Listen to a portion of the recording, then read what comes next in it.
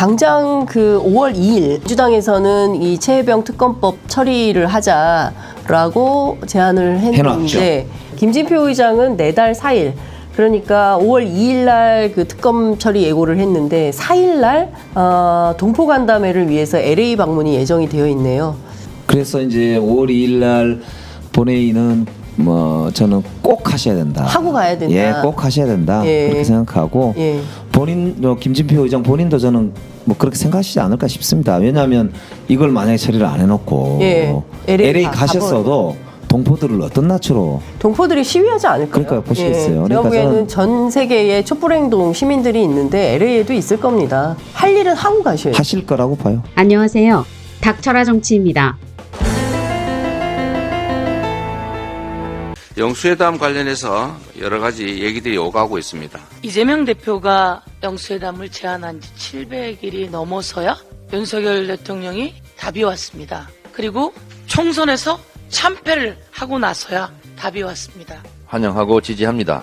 그러나 사진만 찍자고 하는 거 아니겠습니까? 그러니까 나는 이 의제를 아예 말도 끝내지 말라는 입틀막 영수회담이냐. 그러면은 그때 그 의제 약속 어기고 얘기하면은 또 사지 들어서 내보낼 겁니까? 저 영수회담 하다가 중간에? 뭐 이런 식의 얘기냐. 만남 그 자체가 목적입니까? 아니면은 얘기는 해도 그냥 듣는 걸로 반응 없이 넘어가겠다는 얘기냐. 너는 떠들어라. 밥이나 한 끼 먹고 가. 네. 윤석열 대통령의 대화 능력 부족입니까? 토론 실력 부족입니까? 아니면 국정 철학 부재입니까? 우리가 뭐 공산당 정부도 아니고 자본주의에서 정치인들끼리 만나가지고 경제 의제, 민생 의제만 하자. 그것도 정말 속빈 강경 같은 이야기예요. 하기 싫은 거죠. 하기 싫은 거죠. 네. 형식 의제를 가지고 이렇게 따지고 드는 거는 내가 영수회담에서 보다 처음 봤다 이거예요. 뭘 할 수 있는데요. 공산주의 사회가 아니고 자본주의 사회에서. 오랜만에 하는 영수회담이라 의제도 좀 정리하고 미리 사전 조율도 해야 되는데 그거조차도 좀 녹록지가 않은 것 같습니다. 대통령께서 영수회담을 하자라고 했는데 그래서 영수회담 하면 무슨 내용을 주제로 올릴까? 안 올리면 되지 않습니까? 국정 운영 자체가 민생과 경제와 관련해서는 기업이 주도하고 국가는 정부는 뒤에서 밀어주기만 하겠다.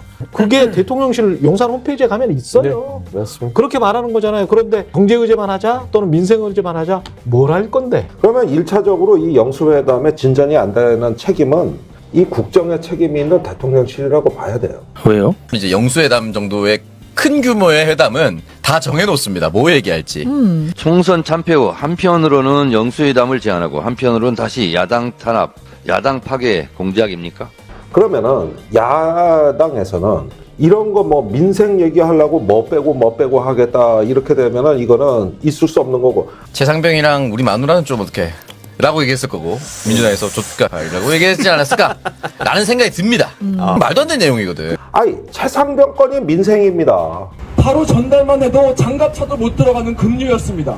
거기다 집어넣어서 사람 수색시켜서 사람이 죽었으면 애초에 집어넣은 사람이 책임져야 되는 거 아닙니까? 그게 상식 아닙니까 여러분?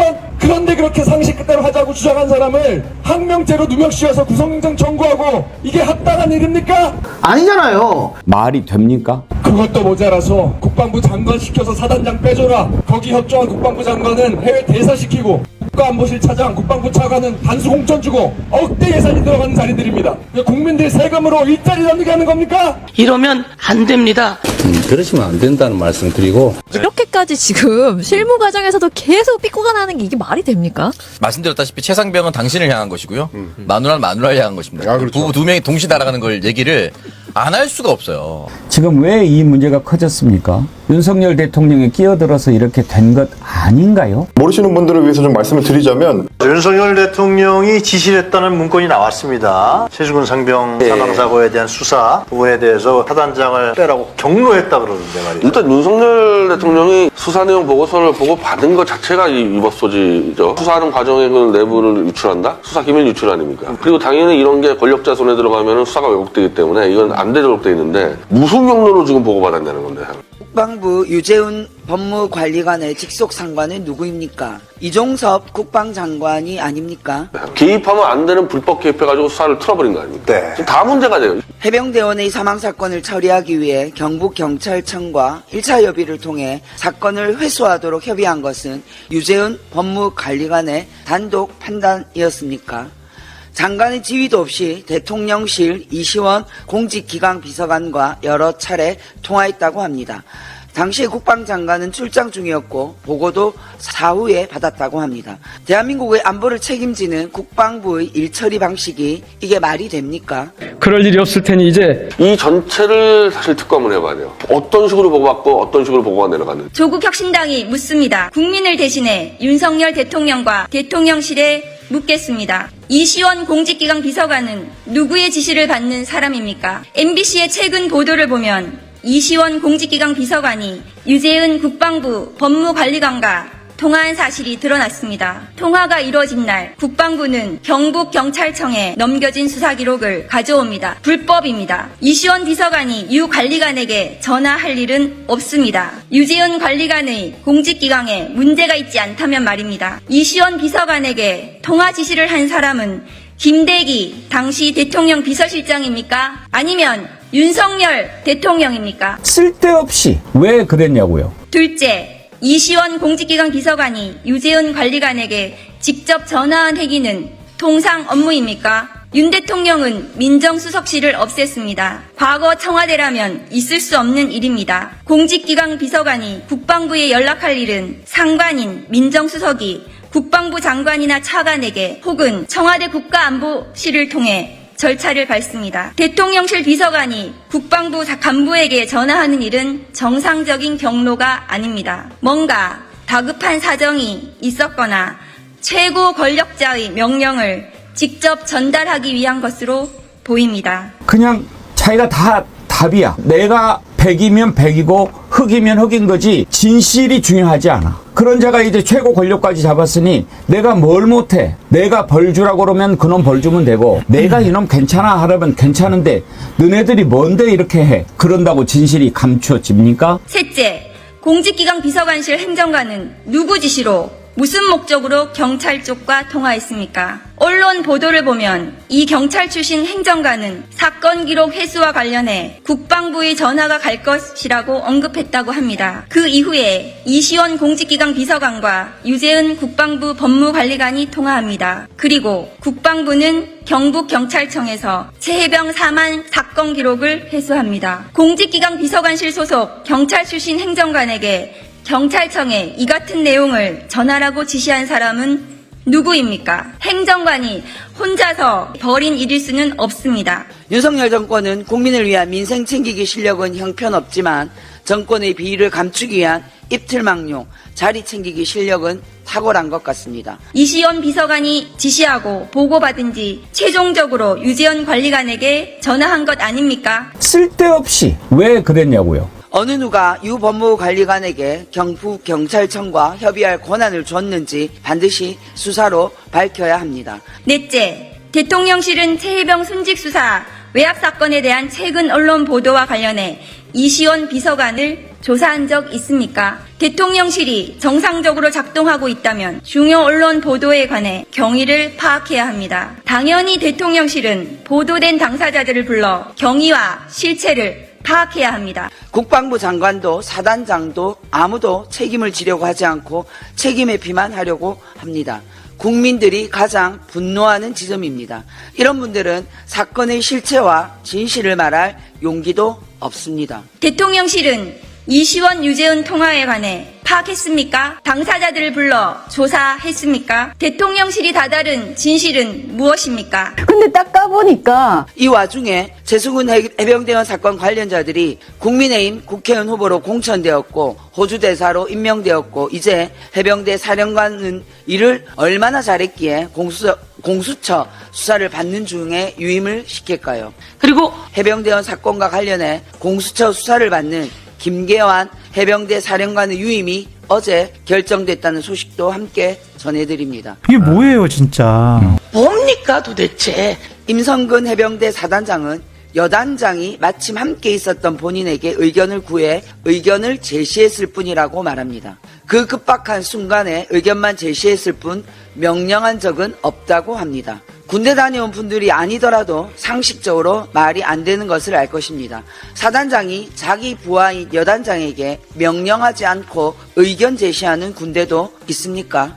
대한민국 군대가 상관이 부하에게 의견 제시를 하는 곳입니까? 대한민국 군대는 상관의 의견 제시를 참고하여 부하가 결정하는 곳입니까? 상관이 부하에게 꼭 지시하고 싶은 일이 있으면 명령하지 않고 간절하게 부탁을 해야 되는군요. 자기 살자고 대한민국 군대를 못 오가는 소리를 하고 있습니다. 그리고 이전 장관은 최혜병 순직수사 외압 사건의 핵심 피의자이자 대통령실과의 연관 관계를 밝힐 핵심 증인입니다. 그런데 자신이 받고 있는 혐의를 줄이려는 움직임을 보이고 있습니다. 직무유기, 권한 남용이 아무렇지도 않게 이루어지는군요. 이전 장관이 하지 않았다면 외압 의혹은 윤석열 대통령을 향할 수밖에 없습니다. 윤석열 대통령은 자신의 측근 중에서도 핵심인 이시원 공직기관 비서관이 최혜병 순직수사 외압 사건에 깊이 연루된 사실을 알고 있습니까? 이시원 유재은 통화 내용에 대해 알고 있습니까? 생판 모르던 사실이 언론에 보도되기 시작한 겁니까? 아니면 윤 대통령의 지시가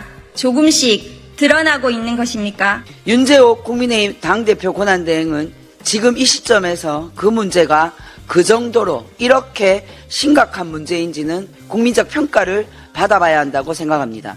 그러면서 민생을 챙기는 게 더 중요하다고 합니다. 틀렸습니다. 최수근 해병의 억울한 죽음과 수사 외압을 밝히는 것은 민생을 챙기는 것에 전혀 방해되지 않습니다. 오히려 대통령실과 국민의힘이 최수근 해병 사건 은폐 시도를 포기하고 민생 챙기기에 전념하는 것이 민생에 도움이 됩니다. 대통령실과 국민의힘이 최수근 해병 사건을 특검에 맡기고 민생 챙기기에 전념하면 됩니다. 특검 통과 가능성 어떻게 보십니까? 지금 저희는 5월 2일 날 좀 통과를 시키려고 하고 있어요. 만약에 거부권 행사하면은 재의결을 해야 되지 않습니까? 그래야 이제 거부권을 행사했을 때 5월 말에 한 번 더 본회의를 열어서 표결 처리할 수 있지 않겠습니까? 재의결은 5월 말까지 5월 30일 이전에 해야 됩니다. 그럼 아마 29일 정도는 본회의를 열어야 될 것 같은데, 네, 그걸 놓치면은 더 이상 20일 때는 이 법안이 폐기돼 버리거든요. 20일 넘어가면은. 이게 왜 중요하냐면 22대 들어가잖아요. 원구성부터 해야 됩니다. 그래서 원구성이 어떻게 짜지냐부터 시간이 가고, 그다음에 법안 발의하고, 그렇지. 구성된 원에서 그걸 심사하고 상당히 딜레이가 될 수도 있기 때문에 5월 2일 정도에 하고, 그다음에 제2표결 할 수 있는 기회도 남겨놔야 돼요. 그래서 5월에는 꼭 해야 되는 거죠. 5월 초에는.